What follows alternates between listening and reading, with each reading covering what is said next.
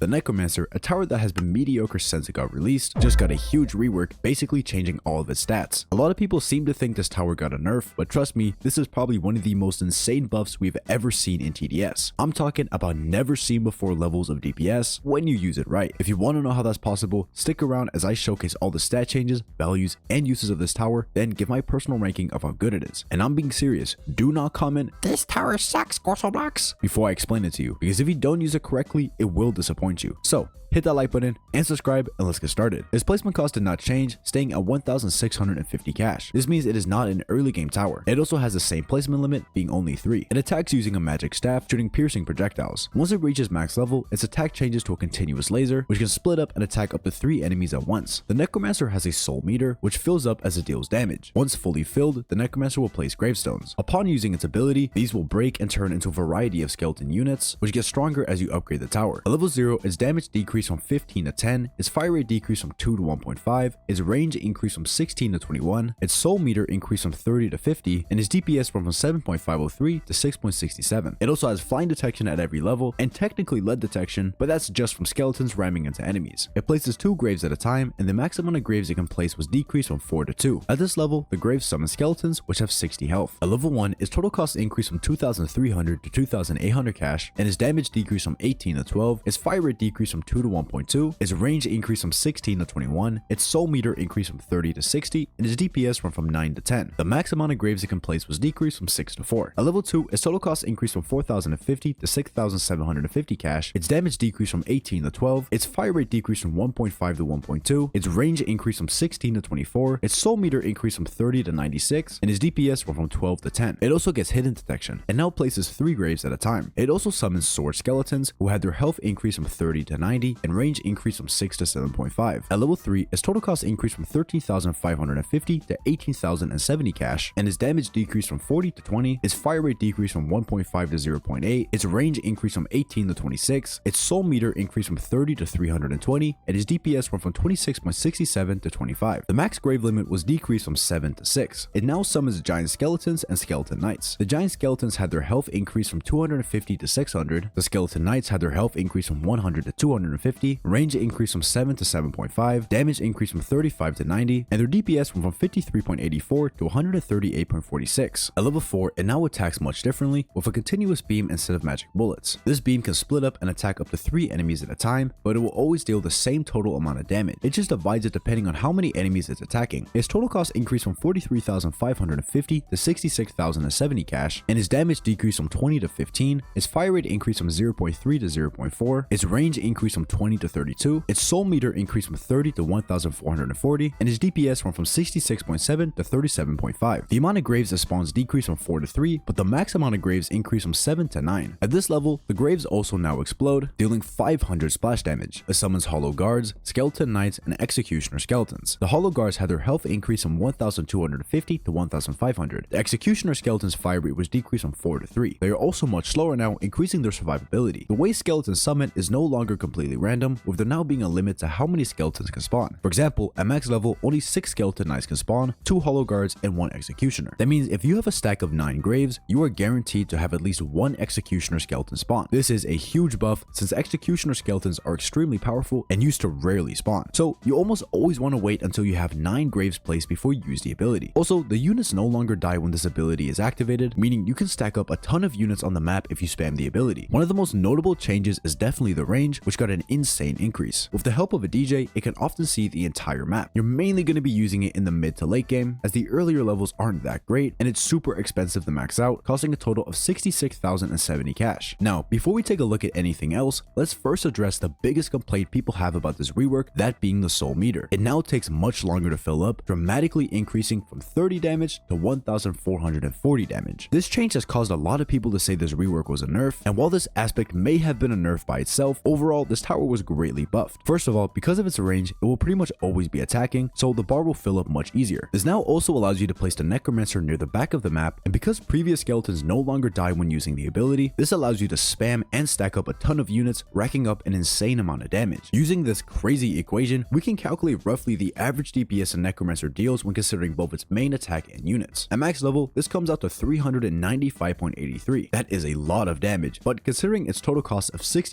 1,070 cash. That gives it a DPS to cost ratio of 5.99 DPS per 1k spent, which is just pretty good. However, we are missing one key factor to unlock this tower's true secret potential: support. You may be thinking, but CORSO blocks, of course it gets better with support. That applies to every tower. well, Timmy, let me explain why this tower is special and actually benefits significantly more than other towers. The Necromancer has two sources of DPS, its primary attack and its units. And as we've covered, it needs to deal a certain amount of damage before it can place any graves. The support towers will increase the DPS of his main attack, which will then also allow the Necromancer to summon more units. So it's basically getting buffed twice. If you buff the Necromancer with every support tower in the game, so the Mercenary Base, Commander, and DJ booth, its combined DPS will go from 395.83 to 1,300.73. That's a 3.29 times increase in DPS. And it wouldn't be this overpowered if it wasn't because they made so that the skeletons don't die when you use the ability. This is why the rework was not a nerf and instead an insane buff. That gives it a value of 19.69 DPS per 1k spent, which is just ridiculous. If that huge number of DPS seems too good to be true, trust me, it's real. A squad of people managed to beat the nuclear monster, the tankiest boss in the game, using only the Necromancer and supports. This thing is an absolute DPS monster. Considering its placement limit of 3, you can get a total of 3,902.19 DPS from Necromancers as long as you're buffing them. That is incredible. But while it may have some of the highest potential DPS in the entire game, it does have some flaws and is only going to be this good in certain situations. First of all, it's inconsistent. You should not be relying on this tower as your only form of defense because it will disappoint you. It's not always going to be dishing out this much DPS, and there will be points where it's attempting to replace its graves and cannot handle the defense by itself. So you're going to want to use it in combination with other DPS towers so you can take advantage of its insane damage without having to worry about its inconsistency. But that raises another issue. This tower is only fantastic when fully buffed, and since you can only bring 5 towers, you can't really use the Necromancer when playing solo. A loadout of Mercenary Base, DJ booth, Commander, Necromancer, and Accelerator just isn't gonna work. So this tower gets better and better the more people you play with. In a squad, each person just has to bring one support tower, allowing you space to bring towers for early game defense, income, and more reliable DPS. It's also quite dependent on the map. Something like Wrecked Battlefield 2, with a loop in the middle and a pretty compact shape, allows the Necromancer's range to cover the entire map while still being able to place his graves in the back. In comparison, a shorter map like Dead Ahead is a nightmare as there's hardly any room to stack up on units. If you're playing solo, this tower is like a low B tier, not very useful. But if you're playing in a squad or even in a trio, it's a high S tier. You just have to know how and when it's suitable to use this tower. It has some crazy potential and can dish out some ridiculous amounts of damage. Look at this screenshot of someone playing hardcore mode while using the Necromancer. The Void Reaver has barely moved along the path and its health is already shredded. But regardless, that's pretty much it for this video. I think the Necromancer is a great and really fun tower, but let me know what you guys think in the comments below and whether or not you agree with my ranking. And if you enjoyed, make sure to hit that like button and subscribe to join the Blue Head Mafia. Also, if you want to talk to me, consider checking out my Discord. We got some pretty cool features, like a custom party finder bot that will automatically pair you up with other people who are trying to do the same strategy. There's a link to the server pinned in the comments. And finally, I want to give a huge shout out to these channel members for supporting my content. If you want to add me as a friend on Roblox or get early access to some of my videos, consider becoming a channel member. It helps me out a lot and I really appreciate it.